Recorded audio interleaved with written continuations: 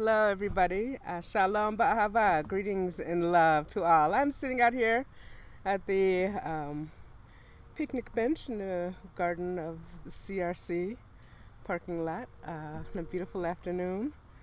And just going to share just a little bit today. So I am a Jew. I am a, quote, black Jew, or, quote, Jew of color.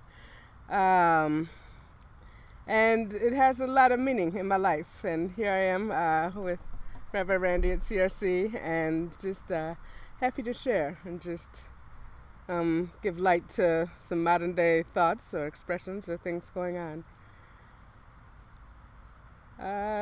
When I was dipped in the mikveh, I was very young. It was like 1977, I think, that I was officially converted to Orthodox Judaism.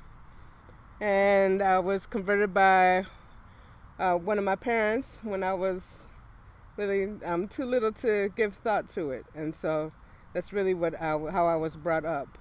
I was brought up in Orthodoxy and went to Epstein Hebrew Academy. And so as far as the practice of Judaism, I always consider myself well saturated in some of the traditional modern day practices. To this day, I live as a Jew, but definitely as a Reformed Jew, not an Orthodox Jew, and there's a distinction. And in the United States of America, where race labels are big, yes, I live as a black Jew. And there are distinctions, and there is also the all-encompassing of what is. To me, when it comes to religion and my personal religion, Judaism for me is a practice and an upbringing, and a practice where I learned to lean on in hard times, celebrate and lift up in good times. It's the family that I always come home to. I remember when Rabbi Susan really started CRC kind of big down here in the city, and it was wonderful to me being a woman, and she just offered a different flavor of Judaism to me, a more inclusive flavor from the beginning. And I'm very thankful for that. It's definitely in a Reformed tradition. So when I came out of Orthodoxy and into a more Reformed practice, there were things to me that were kind of big. Some of the things were like singing from the bima with a microphone plugged in on Shabbat. I'm like, oh wow, people are singing and drumming, and it's Shabbat, and it's there's more of a relaxation on Shabbat and more of a singing celebration. And I really came from a traditional European Ashkenazi background. When I say that, I mean men on one side of the shul, women on the other side of the shul, a chatzi, a division in the middle. Mostly males up on the bima, on rare occasion with maybe a social notification would you see a female on the bima. Most of the women wore head coverings, the children played like children. And I remember I spent a lot of time sitting on the woman's side of the chatzi, facing the man's side. And I always thought it was so cool that the males wore a talit and would flip the talit around and wore tefillin, and to me had more fun decorative items to wear during prayer. I always saw like men davening, the keepers be bouncing to the side, and I always thought that was kind of more fun. So I spent a little bit of my youth kind of thinking, oh, that'd be so much more cool to be having the bouncing kippah and the talit flipping around. And then when Rabbi Susan started offering services here, she wears a kippah. And that was earth-shaking changing to me. And she wore talit as a woman and got up there and led services and still does lead services.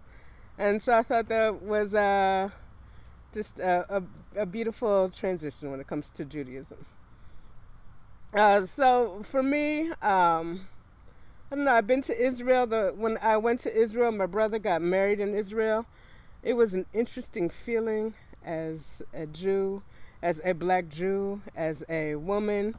I felt like I returned home. Everything in Israel felt familiar, from the smells to the blue in the sky. I was very well received by people in the shuk, in the market. And like I had a great time going to different market booths, and there's not a fixed price in every place, like you bargain. And I always had a good time bargaining with the people who I thought I was looking like their cousins or something. Be, oh, come, I give you this no bag. What is your name? And I'll never forget, my sisters were like, well, you just well loved over here by some people. And I had a good time, and it really felt like home. Come back here to the United States, fast forward to, let's say, 2014 or so. And this is when we really start looking at things, or I start looking at things a little more socially. I said 2014 because that was the year of Ferguson and Mike Brown. The uprising in Missouri and St. Louis, where people say a city that would probably never have uprisings or never have people call out and protest in the streets. It had mighty protests.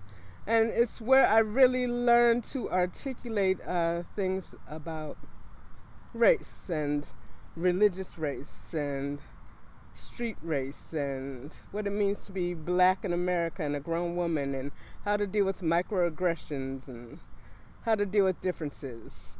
I've always grown up with differences. I've always been the one who is most different than the people surrounding me. I'm interracially adopted. I'm a woman.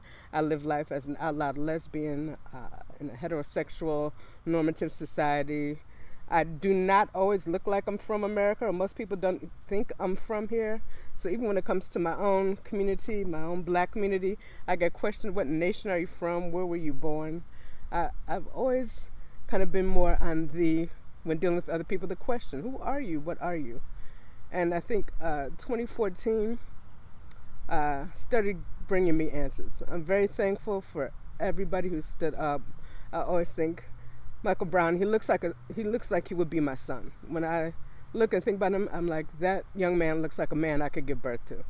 His height was the one thing I would question because I'm kind of short. But when he was executed, I really thought about to myself what it would mean to have a young man I give birth to executed broad daylight because of the color of his skin, and executed and treated like he was treated because of the color of his skin. And it impacted me everywhere in my life, and everywhere in my psyche, and everywhere just in society. So I say that kind of to say what? Well, there's let me pause right here. Hang on. Okay, I had to hit pause there quickly. It's bringing that up. A lot of emotions flooded forth, and I have to gather my thoughts. So I'm going to take this just in this small direction. Post-Ferguson, waking up again. You know, I used to think I was someone who was kind of awakened because I walked all these differences. I would say 2014 through 2020, this has been a real awakening. I think as I'm speaking as a woman, a Jew, a person, a woman of color, a black Jew, I think about labels a lot, and race labels. And what labels mean, is it more than just a label, or is it a walk? I wonder a lot of times for me if people can simply just call me a Jew. Just like the signs that we used to see, I am a man.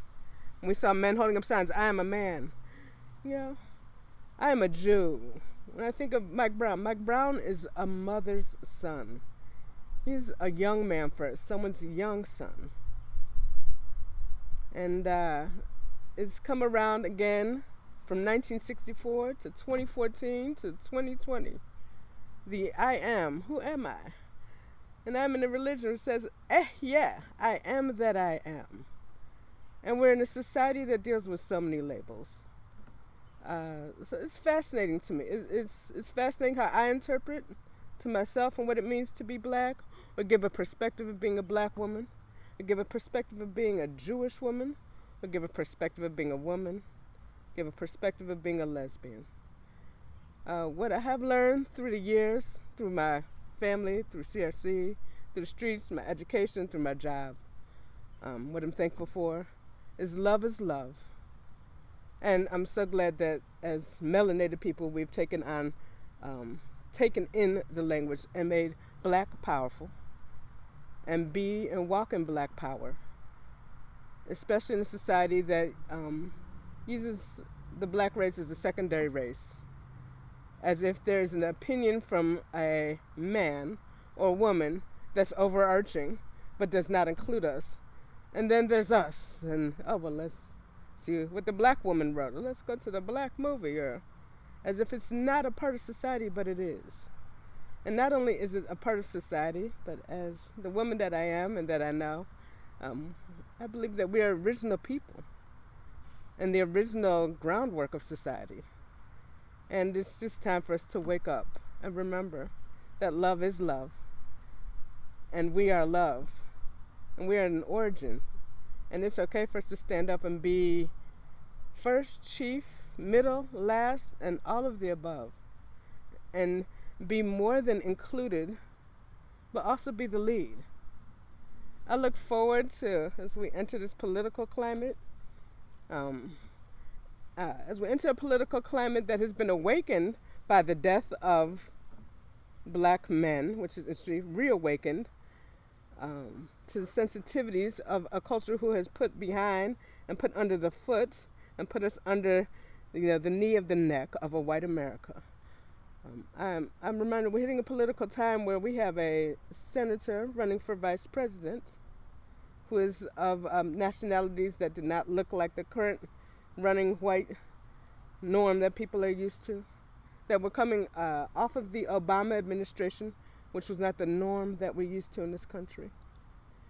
And we're coming to a time that I pray that when someone looks at someone who looks like me, or Kamala Harris, or someone may tempt to be say, oh, that's a black Jew, or that's a black woman, that we're looking at a time where people can share love, wisdom, leadership, and it will not be odd for people to look at me, or look at Kamala Harris, or look at a Barack Obama, and say, oh, that's a leader, and that's one I can listen to.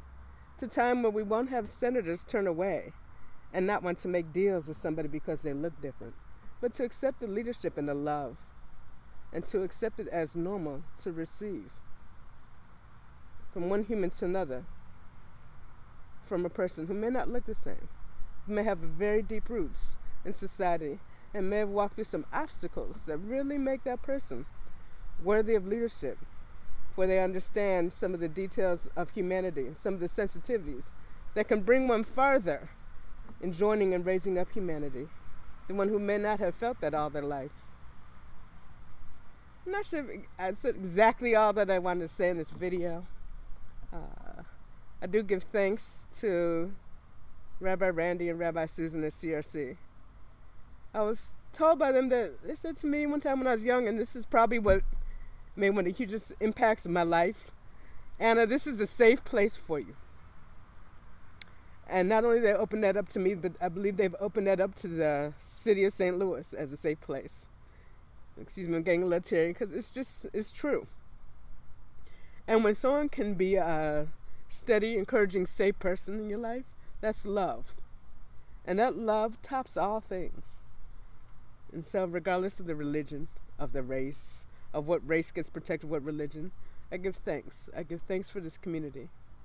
We always do have things to work on, to be better and be more open, to work with the racial labels, to work with this society that we're living in, this 2020 resegregation attitude, reclassification, still keep a second class. I just hope that in 2020 plus and 2021 and beyond, we get better, that we use technology to level out the human playing field, that we start equalizing things, and that we just stay strong in loving one another. Black power, black love always, power and love always. Ba'ahava et b'shalom.